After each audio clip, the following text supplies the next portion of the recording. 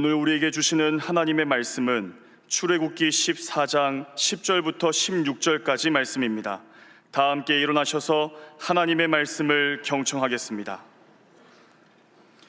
바로가 가까이 올 때에 이스라엘 자손이 눈을 들어본즉 애굽 사람들이 자기들 뒤에 이른지라. 이스라엘 자손이 심히 두려워하여 여호와께 부르짖고 그들이 또 모세에게 이르되 애굽에 매장지가 없어서 당신이 우리를 이끌어내어 이 광야에서 죽게 하느냐? 어찌하여 당신이 우리를 애굽에서 이끌어내어 우리에게 이같이 하느냐? 우리가 애굽에서 당신에게 이른 말이 이것이 아니냐? 이르기를 우리를 내버려 두라. 우리가 애굽 사람을 섬길 것이라 하지 아니하더냐?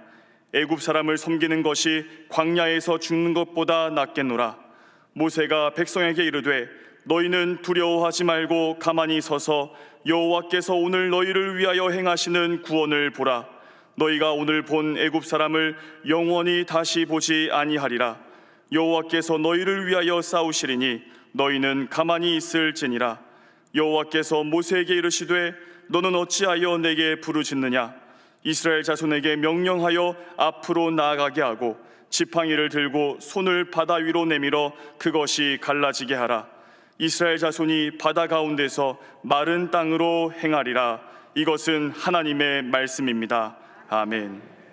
우리가 인생을 살아오면서 내가 갈 수 있다고 생각했던 길이 갑자기 끊어져서 어디로 가야 될지 길을 잃어버릴 때가 있습니다. 그리고 여기저기 찾아봐도 길을 찾지 못하고 뒤로도 물러나지 못하고 옆으로도 가지 못하고 갈 수 없을 때, 그때 우리 마음속에 찾아오는 생각이 있죠. 내 한계는 여기까지구나. 여기까지가 내가 할 수 있는 최선이구나. 그러면서 포기하게 되고 좌절하는 경우를 종종 바라보게 됩니다. 그리고 그렇게 되면 두려움이라는 게 찾아오게 되고, 그 다음에 마음속에 분노와 원망이 찾아오면서 마음속이 정말 요동치는 것처럼 희망을 잃어버리고 어떻게 가야 될지 알지 못합니다. 그렇게 되면서 잘못된 판단을 하고 잘못된 선택을 해서 오히려 자기 스스로 더 큰 어려움으로 자기를 몰아넣는 경우가 종종 있습니다. 지금 이스라엘 백성이 그런 형편에 처하게 되었습니다. 430년 동안 노예로 살았습니다. 10가지 재앙을 거치면서 하나님의 절대적인 능력으로 인해서 그들이 불가능한 가운데서 출애굽을 하게 되었습니다. 조상의 하나님이 구름 기둥과 불 기둥으로 인도하시고 하나님 인도하셔서 이젠 자유를 향해 나갈 수 있도록 인도하시는 그 길을 따라가는 그들의 마음이 얼마나 즐거웠을까요? 70년간 포로 생활하다가 돌아올 때도 그들이 꿈을 꾸는 것 같았다 그랬는데 그들의 마음은 아마 너무너무 기뻤을 것입니다. 그들이 비록 광야길을 걸어도 그 광야길이 힘들지 않았을 것입니다. 그런데 그들이 한 일이라고는 모세가 인도하는 대로 따라갔는데 그 따라간 길의 끝에 보니까 앞에 홍해가 가로막혀 있는 겁니다. 그런데 홍해만 가로막혀 있는 것이 아니라 좌우에 큰 산이 있어서 골짜기를 빠져나가야만이 될 수 있는데 돌아오는 그 길을 보니까 바로의 군대가 병사들을 이끌고 바로 이스라엘 백성을 죽이기 위해서 추격에 오는 것입니다. 바로 이 상황 속에 이스라엘 백성들은 당황했습니다. 그리고 그들은 원망하기 시작했습니다. 어떻게 해야 될지를 알지 못했습니다. 무엇을 해야 되지? 우리가 어떻게 해야 되지? 그들이 마구 지르는 비명들, 마구 내뱉는 말들, 마지막 소망을 잃어버린 사람들의 그 절규와 같은 것이 그 광야의 바닷가 앞에 가득 차 있게 되었습니다. 자, 하나님께서 왜 이런 일들을 우리가 인생을 살아가면서 허락하실까요? 하나님 인도하신다고 하시면서 왜 이런 어려움 가운데, 이 사면초가의 이 어려움 가운데 이 백성들을 넣게 만드셨을까요? 이스라엘 백성들만 그런 것이 아니라 오늘 우리의 삶에도 이런 삶의 경우를 우리는 많이 만나지 않습니까? 그 길을 거쳐온 분도 계실 것이고 지금도 인생의 홍해 앞에 서서 어떻게 해야 될지 알지 못하는 분들도 분명히 있을 것입니다. 주님께서 이렇게 하신 이유가 뭘까요? 하나님의 지혜를 배우면서 오히려 이 문제를 통해서 더 큰 지혜와 능력을 얻는 기회가 되기를 바랍니다. 자, 우리가 이런 일을 만날 때 우리는 이 어려움을 어떻게 극복할 수 있나요? 첫째는 두려워하지 말아야 됩니다. 13절 앞부분에 모세가 두려워하고 원망하며 모세를 죽이려고 하는 이스라엘 백성을 향해서 이렇게 말합니다. 모세가 백성에게 이르되 너희는 두려워하지 말고, 그렇게 얘기합니다. 모세도 많이 두려워한 사람이었습니다. 무서워서 가지 않겠다고 하나님께서 부르실 때도 6차례나 계속해서 거절했던 사람입니다. 두려움이 가득 찬 사람입니다. 그런데 그 두려움으로 가득 차 있던 그 모세가 두려워하지 말라고 이야기하는 것이 뭘까요? 성경에 보면 하나님께서 하나님의 사람들에게 가장 많이 하신 말씀 중에 하나가 두려워하지 말라라는 그런 표현입니다. 여호수아가 모세가 죽은 후에 가나안 땅을 앞두고 자기를 보니까 연약하고 백성들 보니까 한심스럽고 앞에 놓인 길들을 보니까 험난하고 낙심하고 절망해서 장막에서 나오지 못할 때 하나님께서 그 여호수아에게 찾아가셔서 하신 말씀이 두려워하지 말라는 말씀이었습니다. 그 다음에 이 사사로 부름받은 기드온이 두려워할 때도 하나님께서 하신 말씀이 두려워하지 말라는 말씀이었습니다. 다윗이 솔로몬에게 큰 성전 공사를 맡길 때에도 이 솔로몬에게 부탁한 말이 두려워하지 말라는 말이었습니다. 유대의 남은 자들에게 하신 하나님의 말씀도 이사야 35장 4절에 보니까 너는 굳세어라 두려워 말라 보라 너희 하나님이 오사 너희를 구하시리라 그렇게 말씀하셨고, 환상을 보고 두려워하는 다니엘을 향해서 천사가 했던 말도 두려워하지 말라는 그런 표현이었습니다. 예수님께서도 제자들을 향해서 하신 말씀도 적은 무리여 두려워하지 말라는 말씀입니다. 이 외에도 성경에 하나님께서 또는 천사들이 아니면 하나님의 사람들이 공통적으로 당부하고 있는 말씀이 두려워하지 말라는 말씀이었습니다. 시편 23편 4절에 보니까 다윗은 내가 사망의 음침한 골짜기로 다닐지라도 해를 두려워하지 않을 것은이라고 고백합니다. 왜 그럴까요? 우리 인간이 갖고 있는 많은 감정 중에 이 두려움의 감정은 영적으로 영향을 주는 감정이기 때문에 그렇습니다. 두려움은 하나님께서 행하신 하나님의 역사를 얼어붙게 만들어서 보지 못하게 만듭니다. 하나님께서 내 인생 속에 행하신 것을 기억하지 못하게 만듭니다. 영어로 프로즌이라고 그러죠. 얼어붙어 버리는 걸 말합니다. 내 안에 하나님 주신 능력을 얼어붙게 만들어서 하나님 내게 주신 능력을 보지 못하게 만듭니다. 사용 못하게 만듭니다. 내게 주신 비전과 꿈도 더 이상 작동하지 못하게 만드는 것이 바로 이 두려움이라는 감정입니다. 모세가 이스라엘 백성에게 두려워 말라고 외친 것이 무엇일까요? 지금 이 상황 속에서 가장 필요한 것은 두려워하는 마음이 아니라는 겁니다. 바로 이 상황에 필요한 것은 바로 믿음이라는 것입니다. 이사야 26장 3절 보니까 주께서 심지가 견고한 자를 평강에 평강으로 지키시리니 이는 그가 주를 의뢰함이라. 주를 의뢰할 때에 두려움에서 벗어나서 평강으로 인도해 주신다는 것입니다. 두려움만 튼 모세가 그가 두려워하지 않고 담대할 수 있었던 이유가 뭘까요?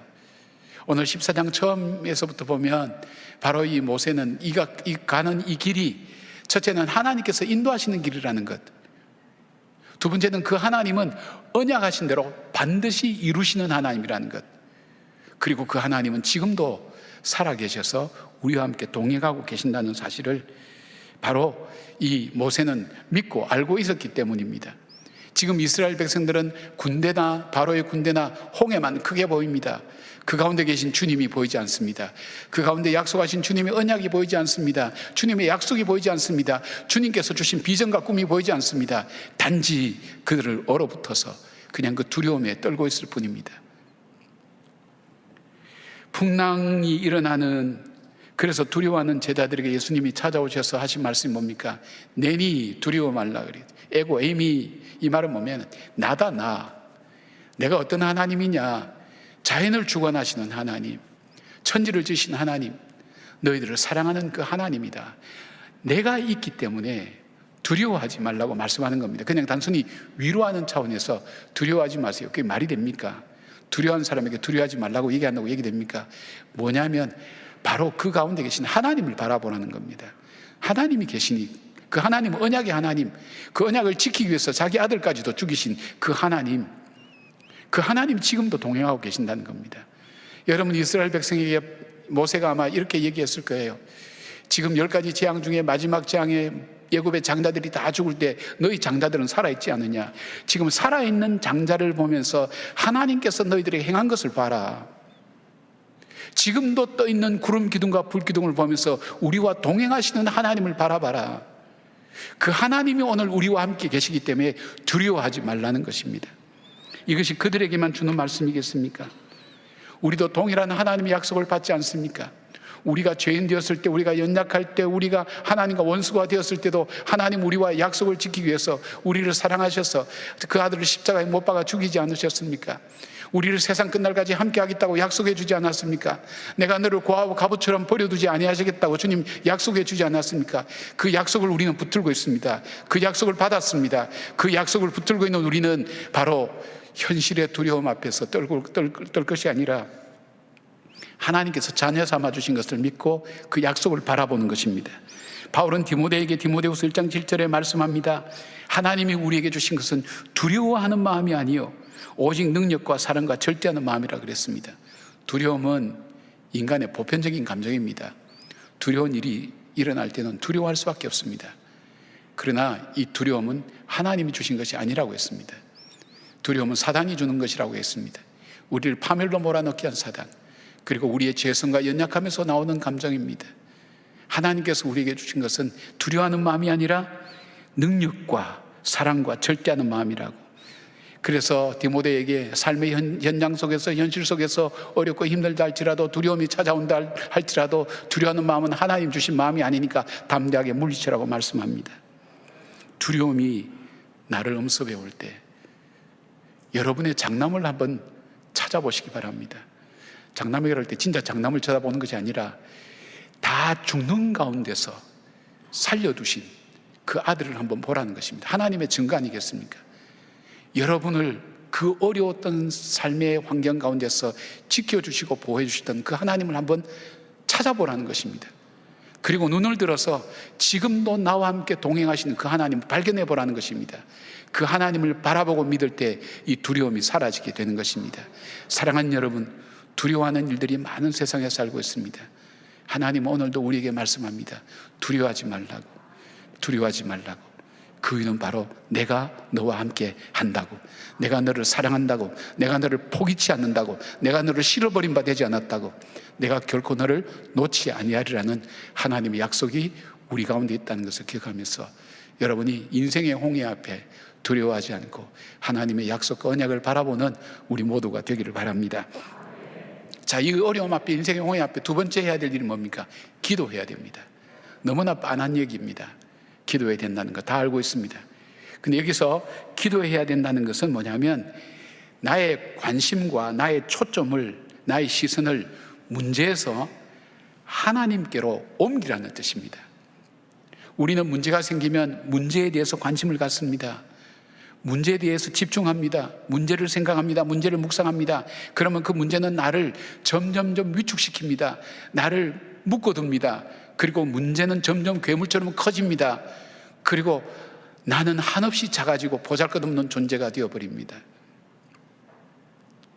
더 이상 자기가 해야 될 일이 없다는 것입니다. 그런데 그런 시선과 초점을 빨리 옮겨서 도우시는 하나님께로 바로 이 시선과 관심과 초점을 옮기는 것이 기도라는 것입니다. 기도라는 것은 내가 관심 갖고 내가 지금 당하고 있는 문제에 내가 인생에 초점 맞추는 것이 아니라 바로 이 문제를 능히 다루실 수 있는 그 하나님 앞에 이 문제를 갖다 드리고 올려드리겠다는 그런 의미가 있습니다. 문제는 우리를 얽어내게 만듭니다. 나의 연약함을 보게 만들고 환경의 무서운 것을 보게 만들고 문제는 또 다른 문제를 만들게 됩니다. 13절에 보니까 가만히 서서라는 말씀의 원어가 주는 의미는 두려운 상태에 너 자신을 스스로 내버려두지 말라는 것입니다. 두려움이 오면 두려움 그대로 그 상태 속에 내버려두지 말고, 약한 마음 오면 약한 마음대로 내버려두지 말고 일어서라는 것입니다. 일어서라는 게 뭡니까? 하나님 앞에 서서 하나님을 바라보라는 것입니다. 하나님께 초점을 옮겨드리라는 것입니다. 기도는 하나님이 행하실 바를 기대하는 것입니다. 그러기 위해서 해야 될 게 뭡니까? 내 생각과 내 판단을 중지해야 됩니다. 내가 배운 것, 공부한 것, 경험한 것, 환경이 말해주는 것, 그것이 나에게 주는 결과를 가지고 그것 가지고 판단하는 것을 내려놓아야 됩니다. 여러분, 요셉은 어떠했습니까? 그에게 주어지는 환경은 어떠했습니까? 그 자신은 어떠했습니까? 절망 그가 아니었습니까? 노예로 팔린 것도 억울한데 노예에서 죄수로 갔습니다. 근데 기가 막히게 한번 생각해 보십시오. 하나님께서 그 사람을 총리 대신으로 세울 때 누가 알았습니까? 누군들 상상이라도 했겠습니까? 우리가 애굽으로 돌아가는 것이 좋다, 우리가 애굽 사람을 섬기는 것이 좋다, 광야에서 죽는 것보다는 우리가 돌아가자, 왜 우리를 불러왔느냐, 이런 사고와 생각과 현실을 판단하는 여기에서 무슨 미래가 보이고 무슨 희망이 보이고 무슨 하나님의 역사가 보일 수 있겠습니까? 문제의 입사이면 그렇게 생각할 수밖에 없습니다. 옛날이 좋았는데, 옛날로 돌아가는 것이 좋을 건데, 내가 이렇게 살 걸, 이런 환경 속에 왜 처하게 되었을까? 옛날로 돌아가자. 여러분, 이 판단과 사고와 생각 속에서 만들어내는 결과들이 여러분에게 믿음을 줄 수 있겠습니까? 미래를 헤쳐나갈 용기가 되겠습니까? 좌절과 실망만 가져다 줄 뿐이죠. 기도한다는 것은 바로 그 마음을 옮겨서 하나님께 기대하는 것입니다. 여러분, 홍해를 갈라낼 줄 누가 알았습니까? 우리의 이성과 판단과 환경 가지고는 불가능한 겁니다. 하나님의 역사는 이런 겁니다. 여러분, 기가 막힌 웅덩이와 수렁에서 지금까지 여러분 살아오신 분들도 있지 않습니까? 하나님께서 인도하신 것이 여러분이 생각한 대로였습니까? 문제가 발생한 대로였습니까? 아니지 않습니까?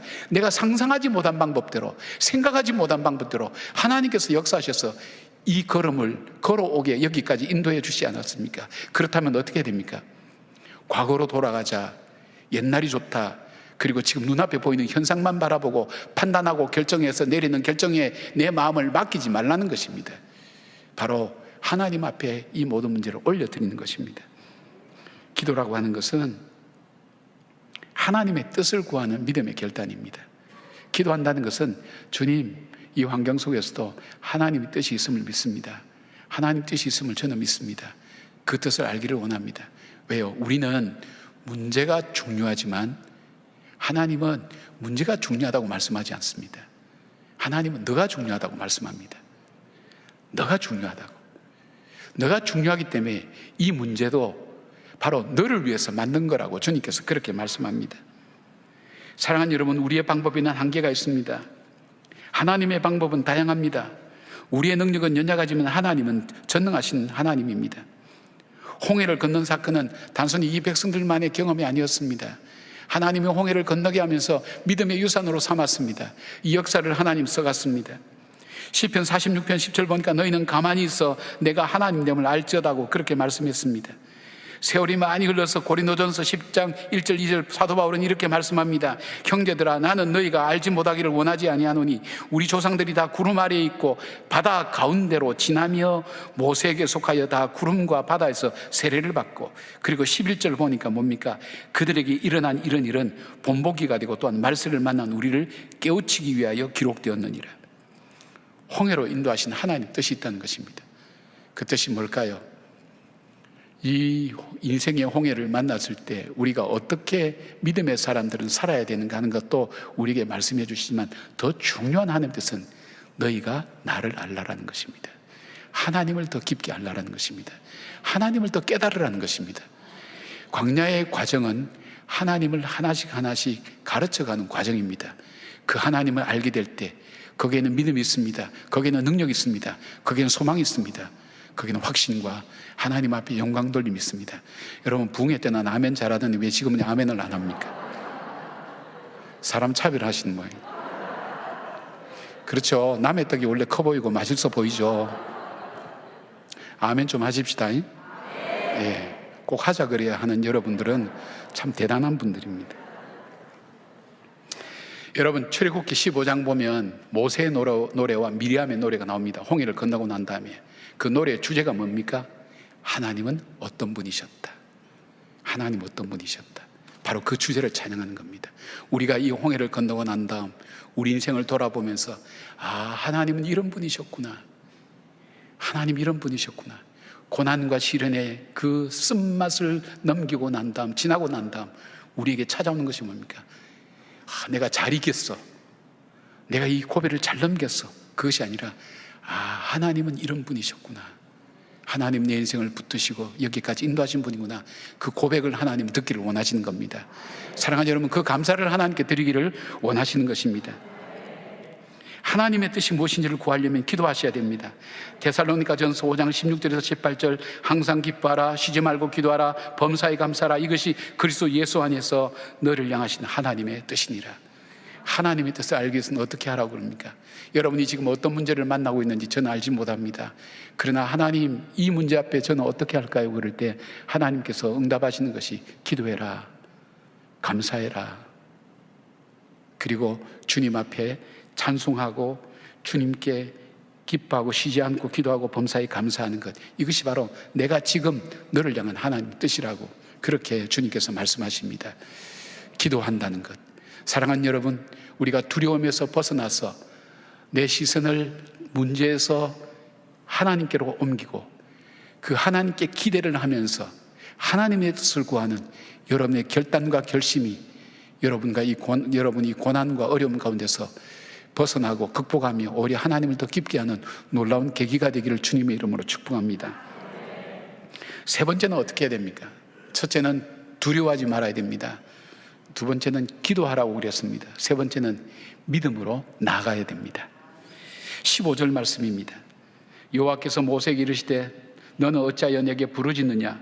이스라엘 자손에게 명령하여 앞으로 나아가게 하고, 앞으로 나간다는 것은 하나님 말씀을 믿고 행하는 것입니다.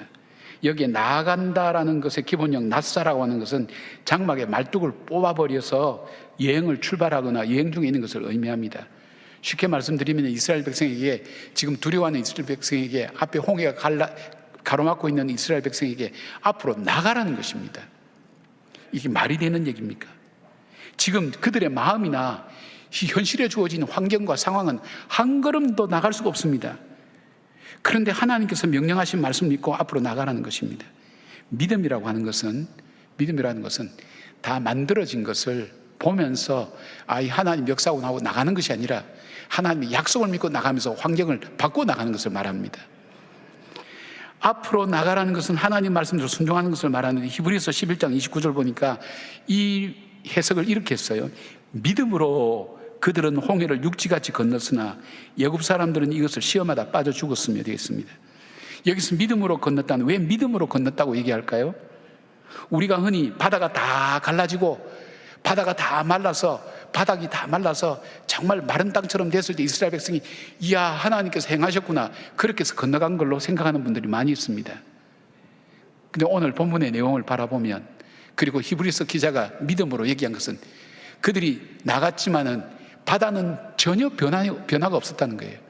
물결은 여전히 치고 있었고 홍해는 자기들을 삼킬 것처럼 계속 출렁이고 있었다는 것입니다. 그런데 나가라는 것입니다. 말이 안 되는 얘기죠. 이해가 안 되는 얘기죠. 왜냐하면 조금이라도 저 홍해가 갈라질 것이라고 생각하는 사람은 아무도 없었을 것입니다. 우리가 마른 땅을 걷게 될 것이라고 생각하는 사람도 아무도 없었을 것입니다. 그러나 그들은 순종했습니다.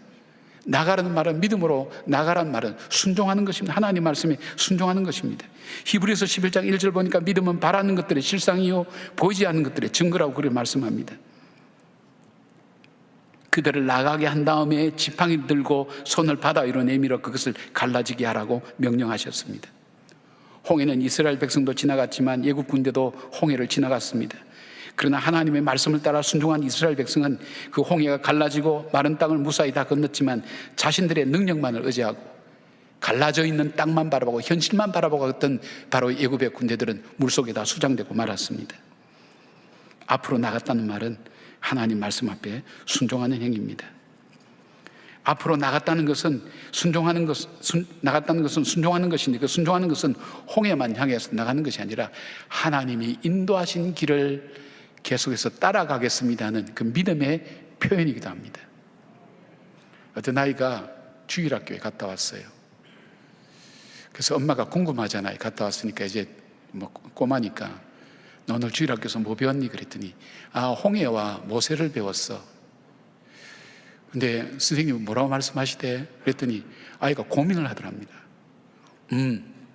홍해 앞에 이스라엘 백성이 섰는데 모세가 무전을 쳤어. 그래서 응원군들이 LST라고, 이게 상륙정입니다. 그걸 쫙 보내어서 거기에 사람들을 다 싣고 바다를 건너게 했대. 엄마가 깜짝 놀랐어요. 선생님이 정말 그렇게 말씀하시더니? 그랬더니 아니, 내가 들은 대로 얘기하면 엄마 아무도 안 믿을 거야.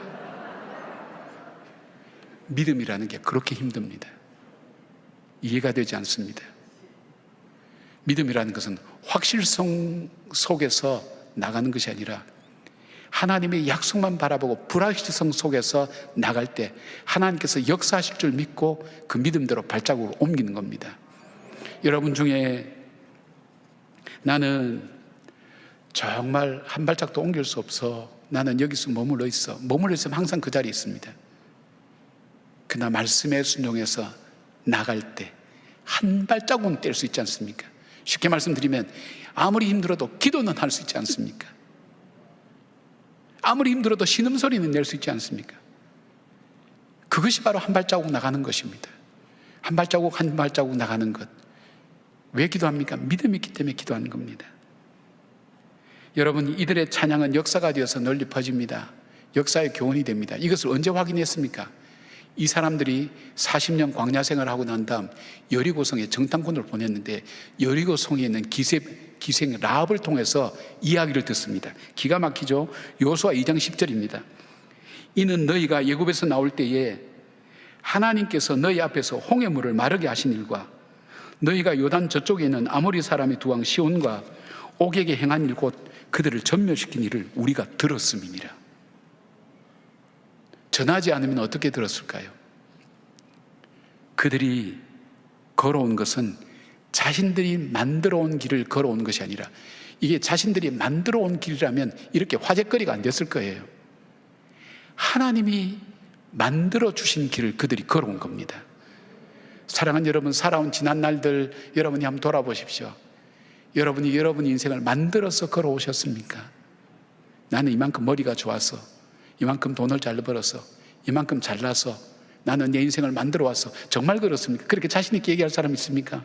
정말 그럴까요? 신경줄 하나라도 끊어지면 살지 못하는 게 우리 인생입니다. 더 근원적인 문제가 있습니다. 하나님이 만들어 오신 길을 우리는 믿음으로 따라온 것입니다. 걸어온 것입니다. 그 하나님은 우리의 남은 여정에도 이 길을 열어갈 것입니다.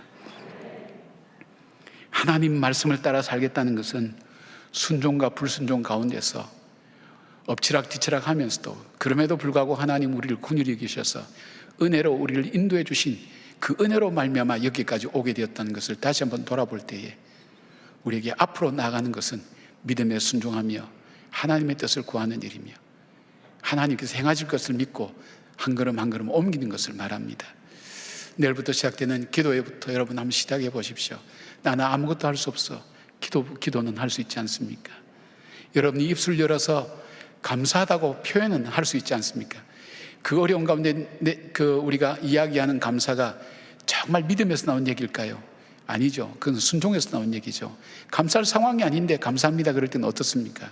순종에서 나오는 것입니다. 말씀에 순종할 때. 그러나 그 감사는 역사를 일으키고 하나님의 길을 만들어가는 놀라운 하나님의 능력이 되는 것을 보게 됩니다.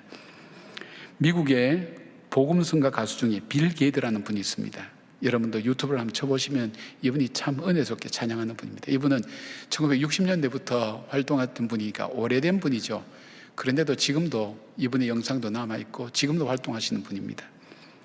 그는 아내 글로리아와 함께 이 복음성가 찬양을 많이 집회를 하고 인도했던 그런 사람이기도 합니다. 이 1960년대 미국은 굉장히 암울했다고 합니다. 암울한 역사와 암울한 소식만 계속 들려지고 전쟁의 소용돌이 속에서 그들의 젊은이들은 좌절하고 절망하며 히피족들도 생기게 되었고 미국의 젊은이들은 좌절하고 절망을 했었습니다. 그런데 1969년도에 이 빌 게이드라는 사람이 희귀병에 걸렸습니다. 치료하기 어려운 병이죠. 낫지 않는 병이죠. 그러니까 자연스럽게 뭡니까? 절망할 수밖에 없었습니다. 게다가 사회 분위기와 함께 그들의 찬양의 집회는 점점 힘을 잃어가고 사람들이 그의 단점을 이야기하고 지적하고 평가하기 시작했습니다. 건강할 때는 그것이 별것 아니지만 힘들 때에는 그것이 하나하나 그에게 못이 박히고 대못이 되면서 자기 마음을 괴롭혔습니다. 좌절하고 절망할 수밖에 없었습니다. 질병으로, 사람들의 비판과 조롱으로 사역의 열기가 떨어지면서 그가 더 이상 어떻게 해야 될지 알지 못할 때, 그러나 이 부부는 낙담하지 않았습니다. 그런 환경 가운데서 인생의 홍해 앞에서 낙담하지 않고 하나님께 기도의 줄을 놓지 않았습니다. 근데 어느 날 기도할 때에 이런 마음이 한 줄기 빛처럼 찾아왔습니다. 하나님은 살아계시잖아. 하나님은 살아계시잖아. 이 빛이 점점 강력하게 그들의 마음을 움직였습니다. 그 부부의 마음을 움직였습니다. 그리고 이 믿음을 붙들고 쓴 찬양이 있습니다. 우리가 잘 아는 찬양입니다. 찬송가 171장에도 있습니다. 살아계신 주, 부활절마다 부르는 주 하나님 독생자 예수. 이 찬양, 아내가 가사를 쓰고 남편이 곡을 붙였습니다. 후렴의 가사가 이렇습니다. 살아계신 주, 나의 참된 소망, 두려움이 사라지네. 사랑의 주, 내 갈 길 인도하니 내 모든 삶의 기쁨 늘 충만하네. 원어로 보면 훨씬 더 우리 피부에 와닿습니다. 주님, 나는 주님이 살아계시기 때문에 나는 내일을 직면하고 나갈 수가 있습니다. 내일을 바라볼 수가 있습니다. 주님이 살아계시기 때문에 나의 근심과 걱정은 사라집니다. 주님이 살아계시기 때문에 그에게 다시 일어설 수 있다는 용기와 힘을 주는 그 확신을 붙들고 다시 일어서게 되었고, 질병에서 치유함을 받게 되었고, 그 찬양 속에 더 큰 은혜와 하나님 역사를 만들어내게 되었습니다. 사랑하는 여러분, 여러분이 이 자리에 오늘 계신다는 것은 인생의 홍해를 많이 거쳐오셨을 것입니다. 그러나 인생의 홍해는 과거면 있는 것이 아니라 오늘 내 삶의 앞에 언제든지 우리 앞에 기다리고 있습니다. 어떻게 하고 계십니까? 두려워하지 마시기 바랍니다. 하나님이 우리와 함께 계시기 때문입니다. 기도하시기 바랍니다. 문제에서 시선을 옮겨서 하나님께로 옮겨보십시오. 그리고 믿음으로 한 걸음 나가보십시오. 몸부림함 쳐보십시오. 믿음의 몸부림 속에 하나님은 크고 놀라운 역사를 하며 아무도 상상하지 못했던 바다가 갈라지고 맨 땅으로 걷는 하나님의 이적과 기적을 체험하는 여러분들 되시고, 이를 통해 하나님을 알고 하나님을 증거하는 귀한 소식들이 여러분의 후대 속에서도 많은 열방 가운데 증거되고 나타내는 하나님의 백성으로 사시기를 주의 이름으로 축원합니다. 아멘. 기도하겠습니다.